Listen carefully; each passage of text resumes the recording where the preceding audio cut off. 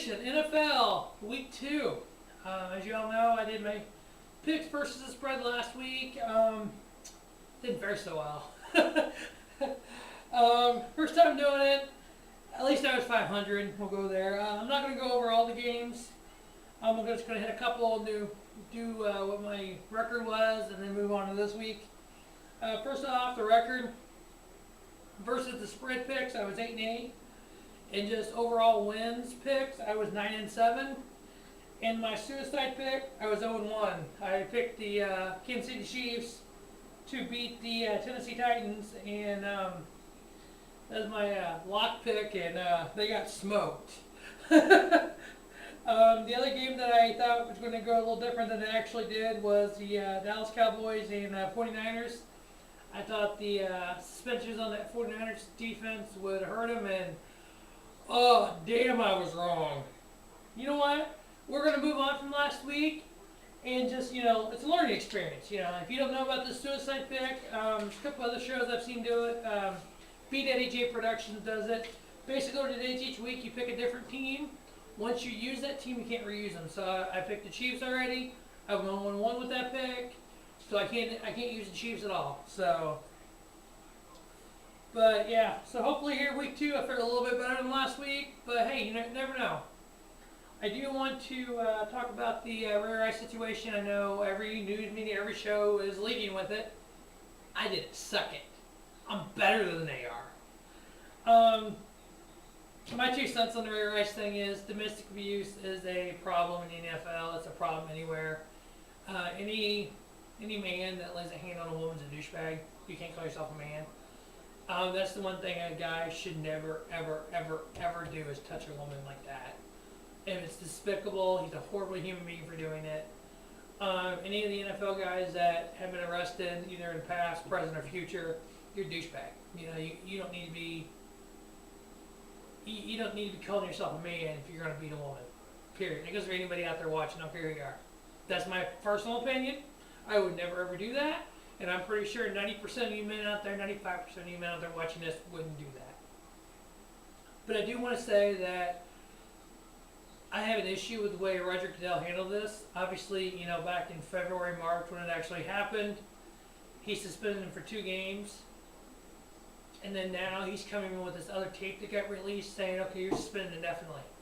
How do you punish somebody twice for the same crime? I don't agree with that. Robert Mathis took a fertility drug trying to get his wife pregnant, which he did. They're expecting a baby. Congratulations, Mr. Mathis. It's awesome. But yet he's suspended 4 games for doing that. Wes Welker, one of the top receivers in this era of football, suspended 4 games for taking Adderall. Josh Gordon, well, he's suspended the entire year because he's a douchebag, because he can't get off freaking marijuana. But whatever, he had multiple shots, and he deserved to get suspended a year. But Smith with 49ers defense suspended 9 games. All these guys are getting suspended for either drugs or domestic abuse. Whatever. But again, my thing on Ray Rice is, you don't suspend him 2 games and then realize, oh, we fucked up. We're gonna write a new rule. If you get charged with domestic abuse, then we're going to suspend you 6 games for the first time, a year for the second. He's only done it once that we know of. It's the same incident, just a different camera, but yet you're suspending him twice for the same thing. I got a problem with that. You should have got it right the first time and suspended him 8 games, if not all 16 games, and been done with this shit. No, we don't do that. We got to suspend the guy twice for the same thing. I think that's bullshit, and I think the NFL needs to get their shit in gear, because I think there's a cover-up. Because according to all the sources, the NFL had a copy of this video back when the incident happened, but they didn't do anything about it. And now Goodell's like, we didn't know about it. Oh, bullshit!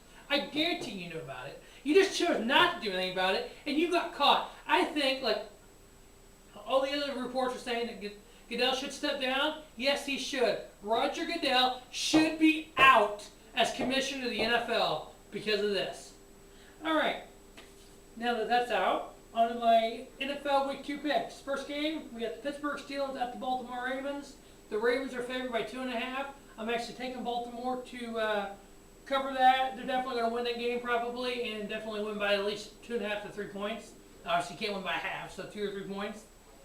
Next game, we have New England Patriots versus the Minnesota Vikings. New England's favored by 3.5. What Minnesota did to St. Louis isn't relevant to what that Minnesota team is. The Rams are horrible, and they just got lucky. I know Patterson, I think his name Patterson. He had three rushes for 107 yards. I mean, the Rams defense was out to lunch. I don't think he can do that against New England. So New England's going to win that. The Jets versus Green Bay Packers. Green Bay's favored by 8.5. I'm taking them with that. So they're going to win by at least 9 or more. So I'm hoping, taking Green Bay with that because I don't think Geno Smith and the Jets are that good. The Detroit Lions versus Carolina Panthers. Carolina's actually favored by 2.5. But since I have my boy Matthew Stafford on my fantasy football team, and thank you for the win last week, Mr. Stafford, I appreciate that. I'm taking Detroit to win this game. Not only to beat the 2.5 points, but they're going to win. Hopefully. That's my pick, though. Miami versus at Buffalo Bills. Miami's actually favored by 1 point, so it's pretty much a push. Who you want to pick? They're in Buffalo, so I'm actually going to go with the Bills on that one. Jacksonville at Washington Redskins. Washington is favored by 5.5. I actually think Washington will win the game, but I'm actually thinking Jacksonville will cover the points on that for me. So I got a Washington win, but they're only going to win by less than 5. I think Jacksonville will cover that. We get Dallas Cowboys at the Tennessee Titans. Tennessee is favored by 3.5. I don't know what it is about the Cowboys, but I want them to win this game. It's just like I wanted them to win last week, and they didn't. I mean, Romo's a horrible quarterback. I don't know what it is about the America's team, the Dallas Cowboys, and I don't really believe in Jake Locker and the Tennessee Titans, I guess. But I think I'm hoping I'm picking Dallas to win that. Arizona Cardinals at the New York Giants. Arizona's favored by 2.5. I'm taking the Cardinals. We have New Orleans Saints at Cleveland Browns. New Orleans is favored by 6.5. Browns put up a hell of a fight last week. So I'm thinking the Saints will win the game. I'm pick to win. My pick for the spread part, I think the Browns will cover the 6.5. So I got, New Orleans winning by less than 6. Atlanta Falcons at the Cincinnati Bengals. The Bengals are favored by 5. I don't think Andy Dalton is that great of a quarterback. He's okay. He's not worth the money he's getting. The Bengals will win the game, and I think Atlanta will cover the points, so they'll probably win by a field goal, hopefully. The Rams at the Tampa Bay Buccaneers. The Tampa Bay Buccaneers are favored by 5.5 at home.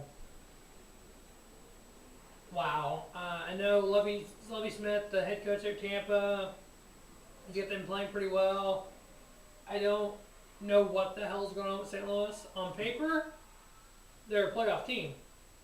What they played like last week, I think University of Alabama could beat them. Just saying. I'm thinking any of the SEC teams could beat them last week. So they're playing like garbage right now. So I think Tampa Bay is going to win. And they're going to win by at least 5.5, 6 points. Seattle at San Diego. Seattle's favored by 6. Yeah, they're definitely going to win by a touchdown on that one. Houston, Texas at the Oakland Raiders. Houston's favored by 3. I got them winning by at least 3 or more.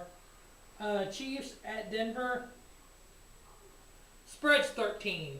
Peyton Manning at home by 13, almost 2 touchdowns over Kansas City.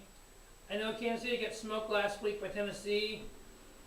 I don't think the Chiefs are that bad. I don't know what happened last week, but Denver's going to win this, but they're not going to win by 2 touchdowns.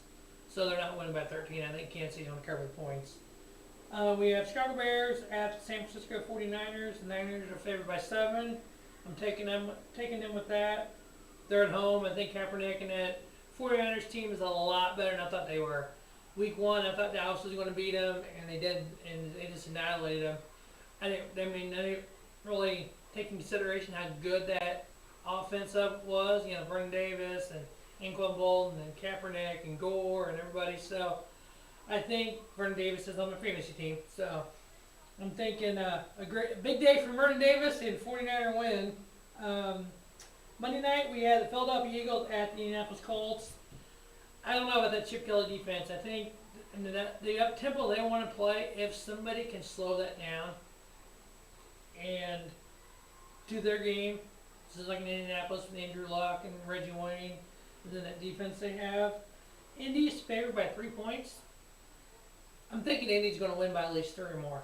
I'm taking Colts on that. So, my suicide pick this week. You would think I would learn to pick the team playing the Jacksonville Jaguars since they're like the worst team in football. No, not me. I don't do that. I go out on limbs. And anybody from Pro Wrestling Falls or VADJ Productions that know me, they know I like to go on the limb and have the limb go. My suicide pick is the New Orleans Saints.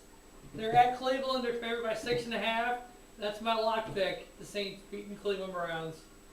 Of course, we might see a Johnny Manziel sighting, and that all blows up. But, I think there's a better shot of the Saints winning than we see Johnny Manziel, Johnny Football, Johnny Cleveland. He trademarks all these names, and he's not even. Yeah, he trademarked Johnny Cleveland. He hasn't even played a snap in the NFL yet. So what happens if he doesn't play this year, and then, Cleveland trades him or releases him, and he ends up in say, I don't know, St. Louis? Is he going to copyright Johnny St. Louis or Johnny Ram? I mean, what's he going to do with that? All right, that's my picks for today. I recapped last week, didn't do very well. Hopefully this week I do better. I was 8-8 versus the spread last week. 9-7 overall win-loss, and I was 0-1 in my suicide picks. So hopefully I'll be 16-0 in both, and yeah, right. I'm not going to win all 16. It'd be awesome, but I'm not going to. So, all right. Well, you all have a great evening. Thank you for watching, and enjoy the football this weekend. Thanks.